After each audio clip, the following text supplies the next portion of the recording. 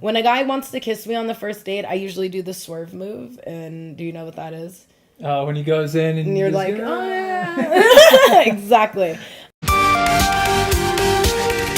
call me Miss Grei.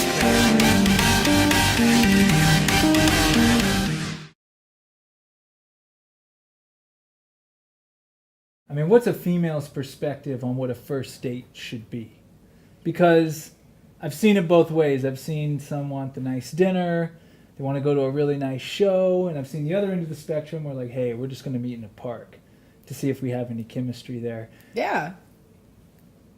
What's your opinion on that? Because it seems to me like you either hit both ends of the spectrum. Either one wants the full thing or one doesn't care. We can go to a park. Is there somewhere in the middle? I'm just curious to get a female's perspective on what a first date should be. Well, I don't go on dates. So, and that actually really frustrates me. I like to go on dates. I'm like that overzealous girlfriend who like just plans so much. Like, I once was dating a guy and we went to this jazz concert. It was free, picnic style, like everyone brought blankets. And I went all out. I made ceviche, I made food, I made chicken, like I made sure that we were fed. And like, I mean, he ate prior to us like going, which I told him I was making food, but you know, he already ate. Whatever. Anyways, I go over the top and like some people, it puts them off. So like for me, I don't need to go out to a nice dinner. I mean, I'd like to, yeah, eventually. I'm not saying I'm ruling that out. But going to a nice dinner does not supplement like a relationship or even chemistry between someone. Because like if I was in the guy's shoes, I would not want to pay for maybe, you know, like it's not definite that you'll like each other. It's not definite that you guys are going to continue to like each other. You know, like there are times where people break up because they just find out something about the other person that they really don't like. I don't know. For me, again, haven't been on many dates, but when I go on a date, you know, especially first date is so crucial. Only because that's like the initial time that you guys know each other. It's the initial time that you guys will be interacting with each other on that level, in the state of like, as I call it. You know, we both recognize it. The state of like. The state of like, yeah. Do you know what that is? Educate me. Okay, It just sounded really cool. I actually like kind of made that up like about 2 years ago. It means you like each other. You guys. You're in the state of You're like. in the like stage. You're in the like stage. Nothing you know, too serious. There's nothing to. Yeah. It's very casual. Very. You know, and it shouldn't be like nights at Ruth Chris, you know? I mean, if you're balling on that budget, cool. Good for you, bro. So happy for you. But I guarantee you that girl is only going to see you for your money.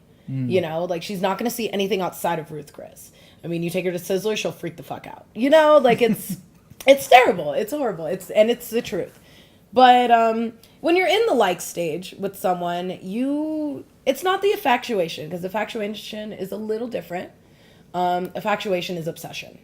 And that is when you literally cannot be without that person. You can't breathe, you can't sleep, you can't fuck, you can't do anything. In the like stage, you are kind of like pedaling around like, do I, don't I, should I, shouldn't I? It's like right before and right after the first kiss. Right before the first kiss, you're feeling anticipation, you're feeling anxious, you know, your hands are sweaty, like you feel like vomiting or butterflies. You get the butterflies, and you always imagine, what would it be like if I could kiss this person? What will it feel like? Will it feel exactly how everything else feels, or will it be something different? And that is the state of like, when your mind is fathoming these things that you're just like, oh my God, I like this person. Holy cow, I really like this person. Yeah. That's interesting, and that brings me to another question.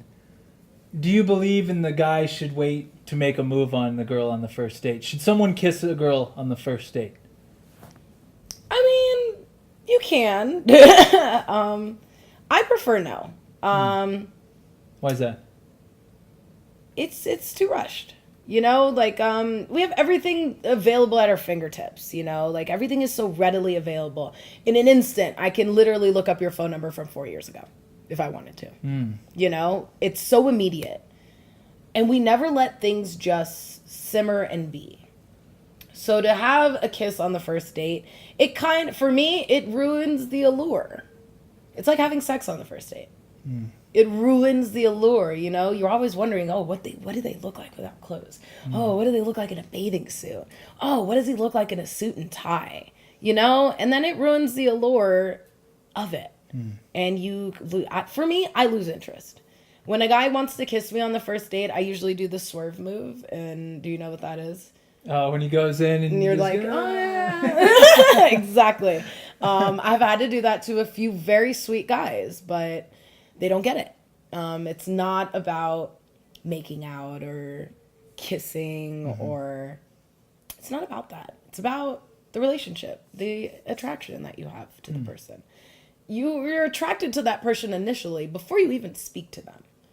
So there is a physical attraction that is there. You cannot deny that. But then there's mental attraction. Can you converse with this person throughout time? Not just years, time. Will you put in the effort to listen and hear what they say? That is the hardest thing. So when you initially go for that kiss, you're saying, I'm okay with whatever's going to happen. Right. You're not saying, I want to take my time with this person. You're rushing. You're having everything available at your fingertips. Do you think a lot of times they do that because they think they might have to? Do you think you've ever been in a situation where a guy maybe does want to get to know you, does want to feel you out, and similar to what you're doing to him, but maybe he thinks, because I've heard this from people, if he doesn't make a move, you're going to think he's not interested in you? Well, that mentality comes from shallow women, first and foremost. Those shallow women are the women that are so self-absorbed that if a man doesn't make a move on them, they feel devalued. They feel like all their hard effort of putting on 30 pounds of makeup and wearing that tight bondage dress to a dinner that they've never been to, and they know they shouldn't eat too much because of that bondage dress and that makeup that they're wearing and the lipstick.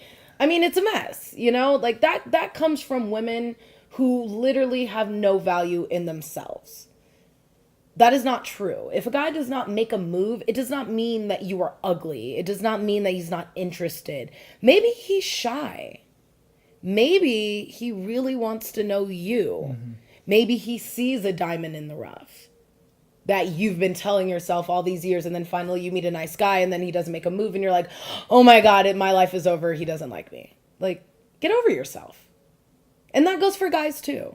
When girls say, I'm okay, but I really enjoy this time. Like, it's not me shutting you down. It's not me saying I never want to talk to you again. It's just me saying, not right now. Can you wait? Can you know my favorite color? Like, can you know my favorite color first? How about, you know? That's a pretty good question, because I'm going in my Rolodex right now, and man, that's how many people do you really find out what their favorite color is? I can't name any colors. Yeah. I have like 3 questions that I always ask. I always ask, if you could have any pet, what would it be? Mythical or real? What's your favorite color? And what era in time would you travel back to? What festival in the era of time would you travel back to? No matter what it is. It could be Renaissance Fair, the initial one, or all the way to when, I don't know, Jimi Hendrix was performing at Woodstock. Or it could be when, you know, the 70s broke out and the Doors were playing. You know, it could be anything. So I like asking those, because those are 3 pivotal questions that get to know the person inside. Not the pop culture person, not the person who goes to EDC, not the person who likes to go to clubs and drink all the bottles like a bottle rat. Like, that is in tune to the person inside. And that's what I like. I like those conversations. I like those dates. I would like to go on a date eventually, instead of, hey, yo, you want to hang out? Like, no, I don't want to hang out with you. I'm sorry. I'm busy.